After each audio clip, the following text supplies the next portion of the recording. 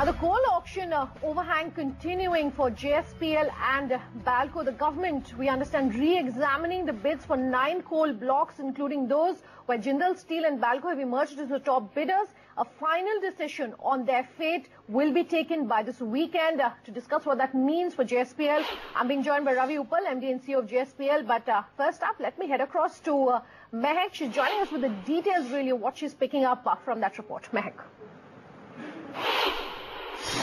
Well, even though the coal auctions have been a success for the government, scrutiny on 3 coal blocks initially that the Interministerial Committee has already submitted a report to the coal minister on. That's Gare Palma 4 2/3, Gare Palma 4 by 1 and Marki Mangli 3. Gare Palma 4 2/3, one of the highest capacities is what this coal block has. However, as far as bids were concerned, only 3 companies going ahead and bidding for that. And in the auction process, the auctions opening, the reverse bid opening at 100 rupees a ton and closing at 108 only within a few hours. And that's the reason why the government thought that they should go ahead and look at these 3 coal blocks. The Interministerial Committee in its report has told the coal minister that the bids were too low for these 3 coal blocks. Now, why all the concentration on JSPL? Remember, it was seen as a big thumbs up for JSPL to go ahead and win this Gare Palma 4 2/3 coal block because they've gone ahead and made a massive investment as far as the power plant is concerned and owned this coal block before the Supreme Court went ahead and deallocated coal blocks. So it was seen as a positive that they re-won this in the e-auctioning. The big question mark remains on now at a ministerial level. That's Piyush Goyal, the coal and power minister, will take a call on whether these 3 coal blocks will go in for re-auctioning. That's something that we have picked up, that the government is tilted towards re-auctioning of these 3 coal blocks to get in more revenue for the states. But not just that, will there be a penalty for companies? Will there be a cartelization? There's a question mark again of whether that finding will take place or not. Of course, all eyes on Piyush Goyal on what he decides. All right, so then let's quickly head across to Ravi Uppal, MD and CEO of JSPL. He's joining us to talk us through that entire overhang that we're seeing as far as the stock. Mr. Uppal, appreciate very much that you've been able to speak to us right here on Bloomberg TV India. Let's start by getting your initial comments on the fact that the government looking at re-examining the auction of those 4 coal blocks. Well, the government is free to review or re-examine anything. It's within their rights. But I would only like to say that we have gone through a very transparent affair auction process, which has also been confirmed by the government's own agencies. And I think when the process is so transparent and open, I think the outcome is also, is a very fair outcome, and it should be respected by all. And I would really hope that, that we are given the award of these mines, where we turned out to be the most competitive bidders. So, but have you heard anything on what that re-examination could entail, and what could be the likely impact while the government is, of course, re-examining it in terms of the uncertainty? Is that going to have any impact on you? I don't understand what is the purpose of the re-examination. That if you look at the bidding process, government had fixed up a ceiling price for Gare Palma at 700 rupees plus, which basically meant that if you are quoting any price more than 700, that would not be accepted. But so therefore, all the ceiling price was 700, and we have finally quoted minus 108, which basically meant that we have sort of reduced the bid by 808 rupees, which is a huge climb down. In our scheme of thinking, the coal, prices make sense only up to a point. After all, these are very large mines with a capacity of up to 180 million, and we have to work on them for the next 25 to 30 years. So we cannot end up quoting a price whereby, where the whole proposal becomes non-viable. And I think what has to be, this is the reason that we let go many mines where we participated, and that included mines like Jitpur, which we owned before, but we let it go. And same was the case of Gare Palma 4/1. We let it go because the prices being quoted was simply such in our scheme of thinking, which made our business very unviable if we went up to those price levels. So therefore, we have lost many mines in this bid process, and the only 2 cases where we were successful was basically Gare Palma 2 and 3 and the Tara mines. And you know, it is not a right thing to compare the price of one mine against another one, because the factors governing each mine are so widely different.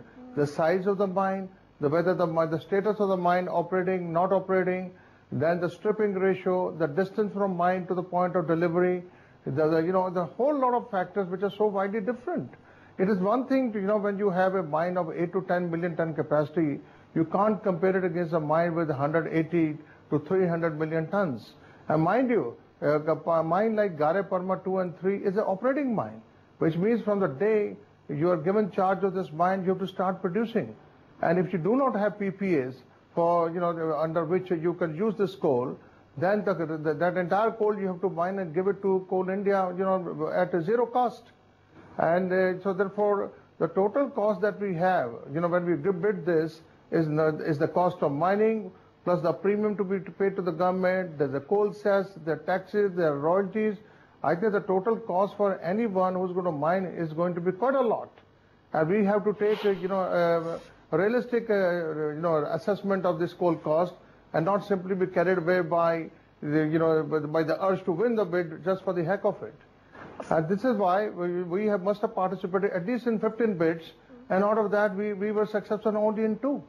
Fair enough, sir. But if the worst case scenario is to materialize, if the government decides to, say, for example, re-auction some of these blocks that it is re-examining, what are the options available to you? But let me first say, we have a huge faith in the fairness of the government. As of now, the government that we have is extremely progressive and development focused. They very much realize that, any capacity belonging to any private entrepreneur is part of the, national capacity. And we have a plant of 3,500 megawatt, which is up and running and considered to be one of the best projects in this country. So I'm sure that, the government would consider all these facts and would take a decision which is fair and which is as per the norms of the tendering process. You were talking of Tamil Nadu earlier, sir. What are the plans there in terms of capital coal? Would you, for example, look at captive sources in Chhattisgarh itself? Just give us a sense of your plans there. Well, the total capacity that we have in Tamil Nadu is basically 3,400 megawatt for Jindal Power Limited. This basically consists of 1,000 megawatt that we have commissioned in 2006. And recently we commissioned another 2,400 megawatt. So all in all, we have 3,400 megawatt of, capacity, which is all set up, commissioned, and running. So, so therefore our need of coal is basically for this 3,400 megawatt of capacity, out of which for 1,200 megawatt we have the coal linkage. Therefore, we are looking for coal blocks to meet the requirement of the balance 2,200 megawatt capacity. This is why, we have bid for all the blocks where we thought, it made sense for us to quote, and we were successful in case of these 2 mines, Gare Parma 2 and 3 and Tara mines. What about Angul? We understand that being a hinterland project, the costs there are rather high. Any plans you can share with us on how you're trying to curb the cost there? But as far as Angul is concerned, it's basically a steel plant with its own captive power plant of 810 megawatt capacity. And we have been bidding to secure coal for the steel plant, and there are many mines which are yet to be auctioned. We will be participating in the coming bids for the balance of the Schedule 3 as well as from Schedule 1, and we are hopeful that we will be able to tie up the coal supply for the steel plant there. Give us a sense of what your options are and what your plans are in terms of reducing your overall debt costs, especially given the kind of overhang you're seeing at this point. What are the options you're working with? We are making all efforts to reduce the debt. Number one, we have cut down our capital expenditure for future.